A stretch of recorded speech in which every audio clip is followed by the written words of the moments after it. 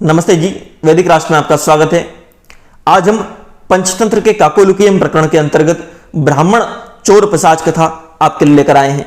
आपको बता दें, वैदिक राष्ट्र में हम लगातार वेद के सिद्धांत, प्रेरणादायक कहानियां, महापुरुषों, वीरांगनाओं के जीवन परिचय आपके लिए लेकर आते हैं। इसीलिए वैदिक राष्ट्र को लाइक, शेयर, सब्सक्राइब करना ना भूलें।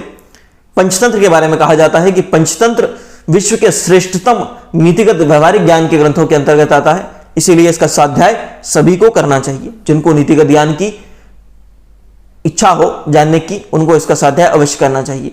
आइए आज की कथा, ब्राह्मण चोर पिशाच कथा। किसी नगर में एक चोर निवास करता था और उसी के पास एक नगर में द्रोण नाम का एक ब्राह्मण, दूसरे नगर में। अब वो जो ब्राह्मण है द्रोण नाम का, वो बड़ा भिक्षा पे जीवन व्यतीत करता था, बड़ा निर्धन था। उसकी हालत ये थी कि उसने कभी आभूषण, गंध, फूल, माल आदि का उपयोग नहीं किया था अपने जीवन में। उसके दाढ़ी, मूछ, सिर के बाल, नाखून बड़े रहते थे। गर्मी और बरसात से सेकर उसका शरीर पूरा सूख गया था। उसकी हालत को देखकर एक यजमान ने उसको 2 बछड़े दे दिए। इधर उधर से वो तेल, घी, घास आदि ले आता और उन बछड़ों का खूब अच्छा पालन पोषण किया उसने, और शीघ्र ही वो बढ़ भी गए। अब ब्राह्मण के उन दोनों बछड़ों को देखकर एक दिन चोर ने सोचा कि ब्राह्मण के इन दोनों बछड़ों को चुरा लिया जाए। यह सोचकर वह रात्रि में बांधने के लिए रस्सी आदि लेकर अपने घर से चल दिया। अब वह आधे मार्ग में पहुंचा तो उसे एक बड़ा लंबी सी नाक वाला और एक राक्षस दिखाई दिया, और राक्षस को देखकर वो डर गया। फिर भी साहस करके उसने पूछा कि कौन है आप?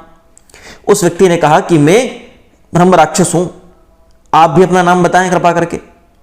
चोर ने कहा कि मैं चोर हूं, क्रूर कर्मा, दरिद्र ब्राह्मण के बछड़ों को चुराने के लिए जा रहा हूं। उसकी बात को विश्वास करके राक्षस ने कहा कि मैं 6 दिनों का भूखा हूं और दिन के 8वें प्रहर में जो है 6ठे प्रहर में भोजन करता हूं, और ये 6ठा प्रहर चल रहा है दिन का, मेरे भोजन का समय हो चुका है। चलो आज मैं उस ब्राह्मण को खाकर अपनी उदरपूर्ति कर लूंगा। यह बड़ा ही अच्छा हुआ है कि हम दोनों की भेंट हो गई। एक कार्य से चले हैं, अर्थात चोरी करने के उद्देश्य से, और दोनों को जाना भी एक ही जगह पर है। उस ब्राह्मण के वहां पहुंचकर दोनों अवसर की प्रतीक्षा करने लगे। ब्राह्मण के सो जाने पर उसको खाने के लिए उद्धत ब्रह्म राक्षस को देखकर चोर ने कहा कि महाशय, उचित कार्य नहीं है, बछड़ों को मैं चुरा लूं, फिर आप खा जाइएगा। तब राक्षस बोला, अरे बछड़ों को चिल्लाने से कहीं इसकी नींद खुल गई तो मेरा तो सारा काम बेकार हो जाएगा। तब चोर बोला कि आप ब्राह्मण को खाने के लिए खाते समय कोई विघ्न पड़ गया तो बछड़ों को चुरा ही नहीं पाऊंगा मैं बछड़ों को चुरा ले जाऊं, आप अपना काम कर लीजिएगा फिर। और ब्रह्म राक्षस कह रहा था कि नहीं, पहले मैं खा लूं, फिर तुम बछड़ों को चुरा लेना। अब इन दोनों की इस बात को देखकर वो ब्राह्मण भी जग गया। इन दोनों का जो अहम से उत्पन्न विवाद था उसको सुनकर उसने तुरंत जो है चोर को ने तुरंत कह दिया उसको देखकर कि ब्रह्म, ये राक्षस तुम्हें खाना चाहता है। चोर की बात को सुनकर राक्षस ही पीछे नहीं रहा, उसने भी तुरंत कह दिया कि ब्राह्मण या चोर तुम्हारे बछड़ों को चुराना चाहता है। उन दोनों की बात सुनकर ब्राह्मण चारपाई पर खड़ा हुआ और ईश्वर का स्मरण करने लगा। ईश्वर का ध्यान करते ही ब्रह्म राक्षस अंतर्ध्यान हो गया, वहां से चला गया। और ब्रह्म राक्षस के जाने के बाद ब्राह्मण ने उठाई लाठी और चोर का अच्छे से स्वागत किया और अपने दोनों बछड़ों को बचा लिया। उक्त कथा को समाप्त करने के बाद वक्रनाश ने कहा, जो उल्लुओं के राजा का मंत्री है, उसने अपने उल्लुओं के राजा से कहा कि महाराज, इसीलिए मैं कहता हूं कि कभी कभी शत्रु भी हितकारक हो जाते हैं, दुश्मन भी मददगार हो जाते हैं। इसीलिए दुश्मनों को भी शरण में अगर वो आते हैं तो उनका उपयोग करना चाहिए, उनको शरण देनी चाहिए। वक्रनाश से सम्मति के बाद अरिमर्दन ने प्रकृकर्ण से पूछा कि कहिए आपका इस विषय में क्या मत है, अपने दूसरे मंत्री से।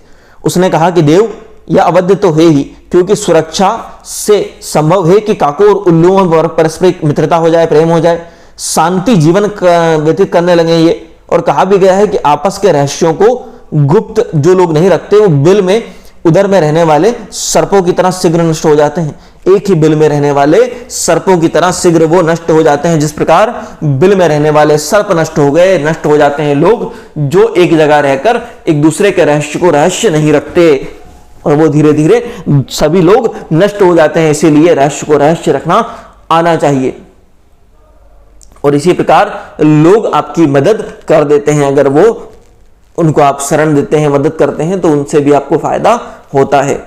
इसी के साथ अन्य पंचतंत्र की कहानियों के लिए, नीतिगत व्यावहारिक ज्ञान के लिए आप वैदिक राष्ट्र को देखें। वैदिक राष्ट्र पर हम प्रेरणादायक कहानी, महापुरुषों, वीरांगनाओं के जीवन परिचय, वैदिक लेख, वैदिक भजन आपके लेकर आते हैं। इसीलिए वैदिक राष्ट्र को लाइक, शेयर, सब्सक्राइब अवश्य करें। धन्यवाद।